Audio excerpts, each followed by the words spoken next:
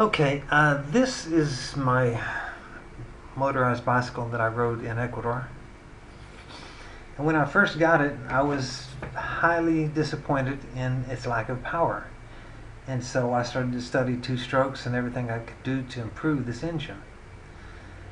And I came to realize that they allowed it to be imbalanced and maladjusted and incorrectly designed to keep the power down.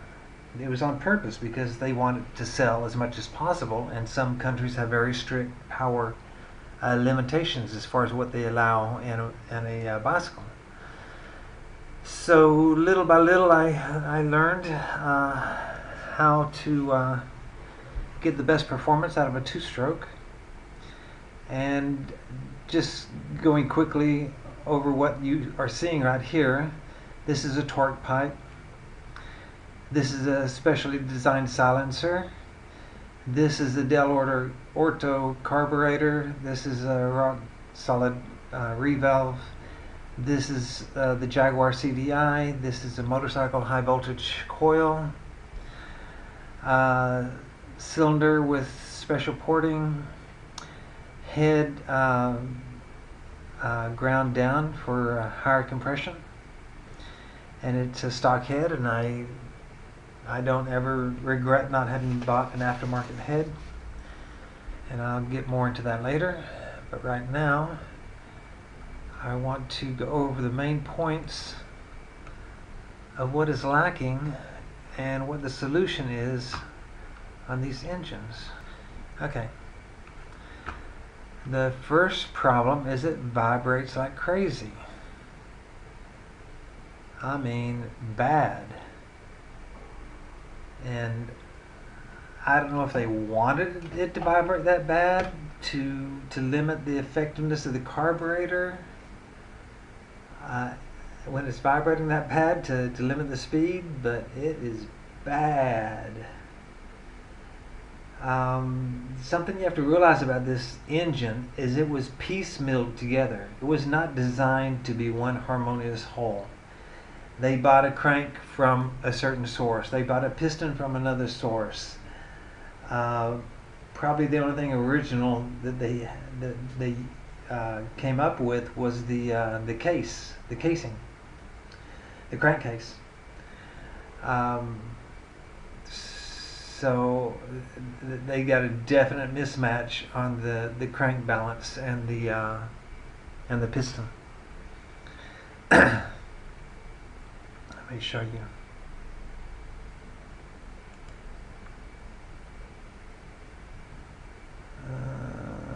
Where is that?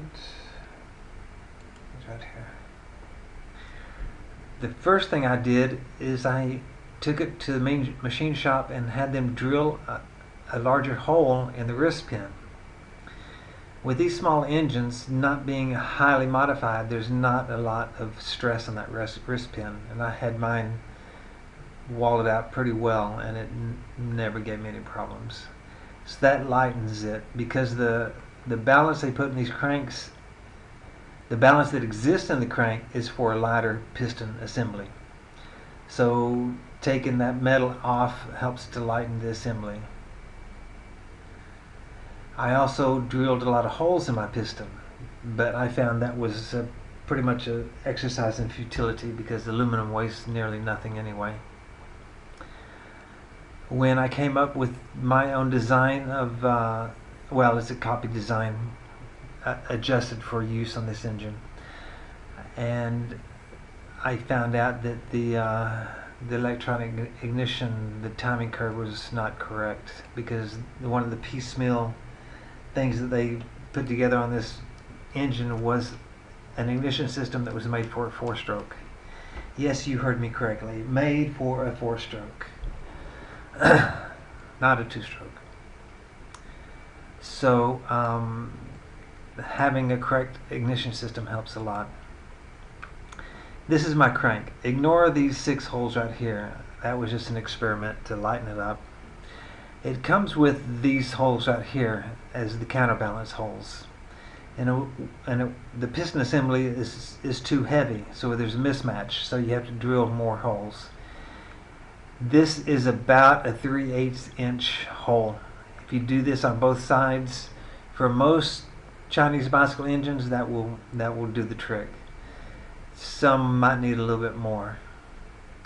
This engine was actually a 48cc with the cylinder swapped out for a 60cc, which was an option. I don't think they're sold anymore, but it was an upgrade.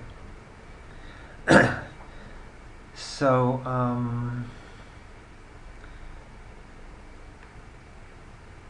yeah, so CDI, wrist pin hole, drill holes in the crank wheels, and then the cranks are probably pretty often out of round.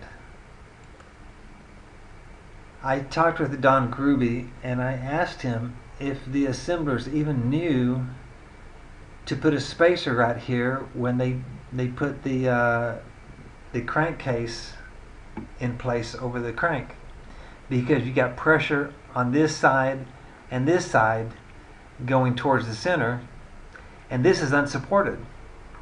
And yeah, this shaft through here is pretty solid, and you're talking about, you know, raw iron, so it's not likely to give, but believe it or not, it actually does give a little bit, and it will cause these two crank wheels to move closer together right here.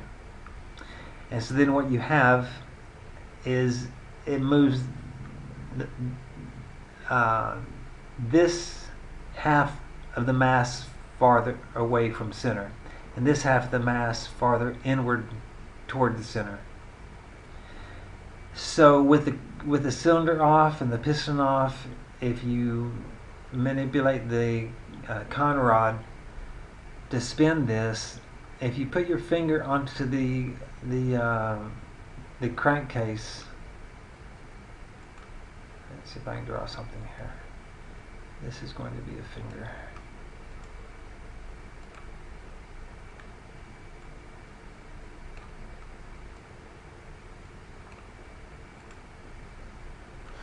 So that you can feel the crank wheel as it rotates.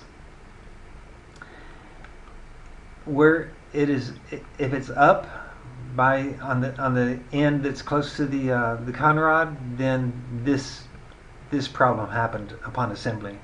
This being unsupported because of these two wheels that squeeze together.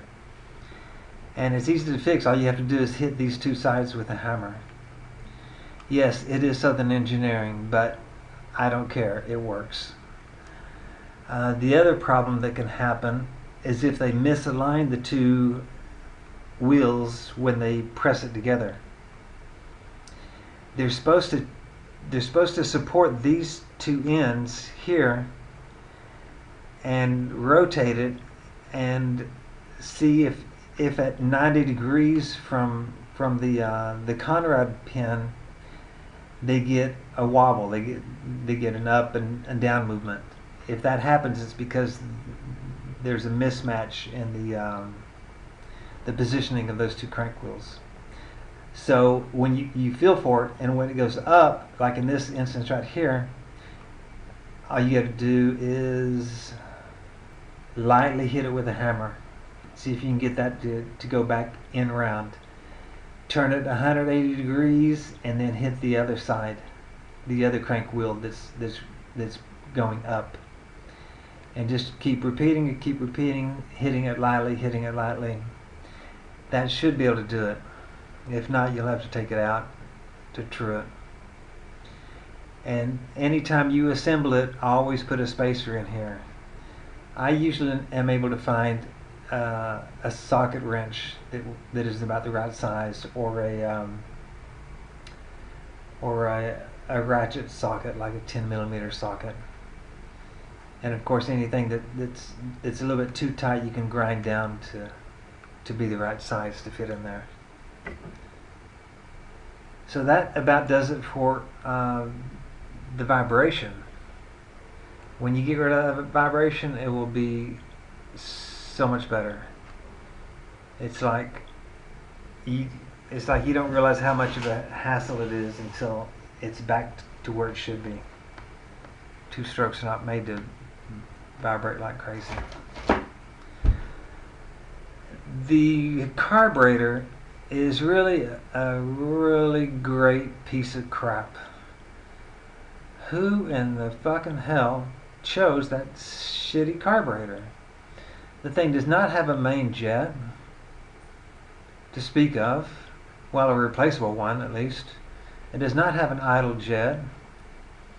It idles off of the mixture that's coming up through the main jet and past the needle.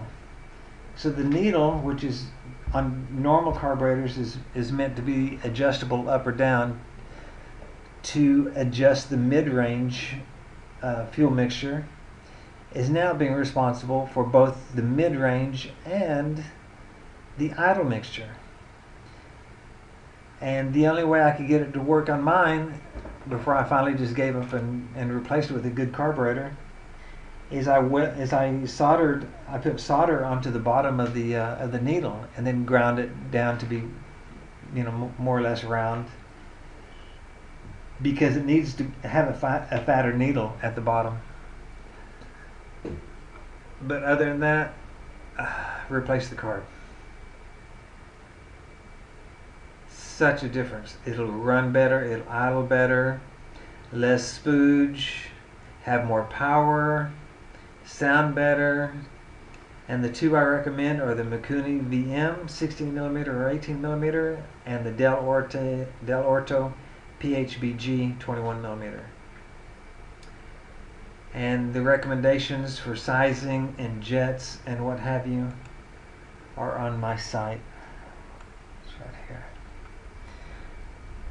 I put on the Del Orto SHA and found that it was basically a non-adjustable carb also. It was designed for a certain moped, and it's not for universal application because it doesn't have the adjustable or replaceable jets. So I got rid of it and I put on a Mikuni VM 18, and it's somewhat big and it barely gives you clearance down here, but it does work. The only thing is, you can see it's hidden. It gives very little room right here for the air filter. And keep in mind, when you adjust the mounting to make up for this problem out here, most carburetors are not designed to deal with more than a 30-degree from vertical angle. So please keep that in mind. But I was able to jet it, and it ran so good after it was jetted right.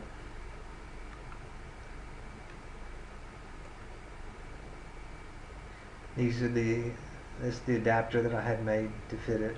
Both the Mikuni and the Del Orto need adapters. I still have some. This is my page about upgrading. The different sizes, carburetors, recommendations for different jets, carburetor adapters that I sell, where to buy the Mikuni or the Del Orto.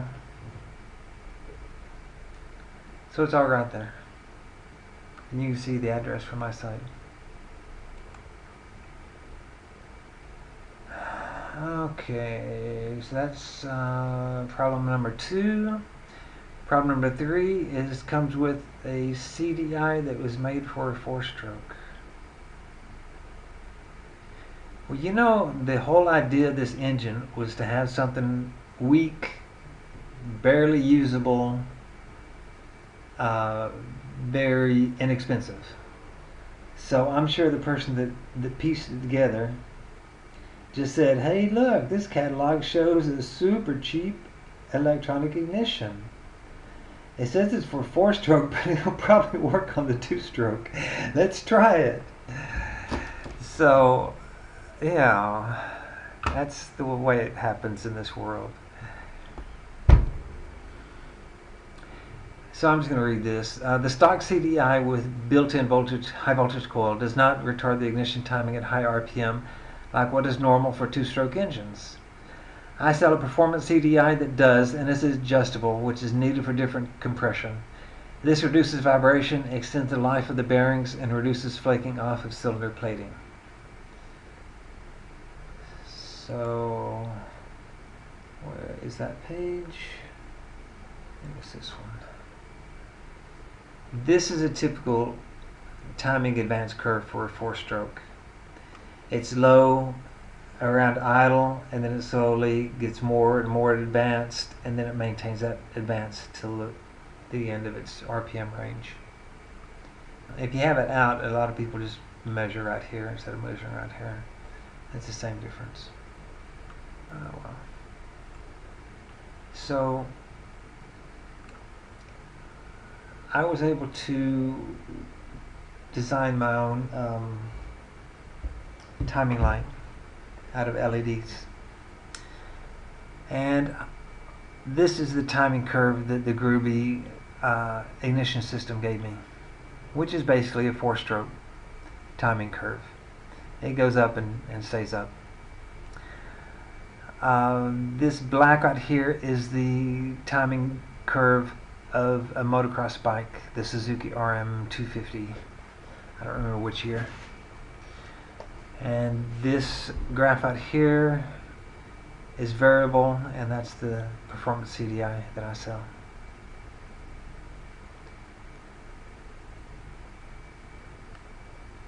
Now, if I get my mouse to work. Okay.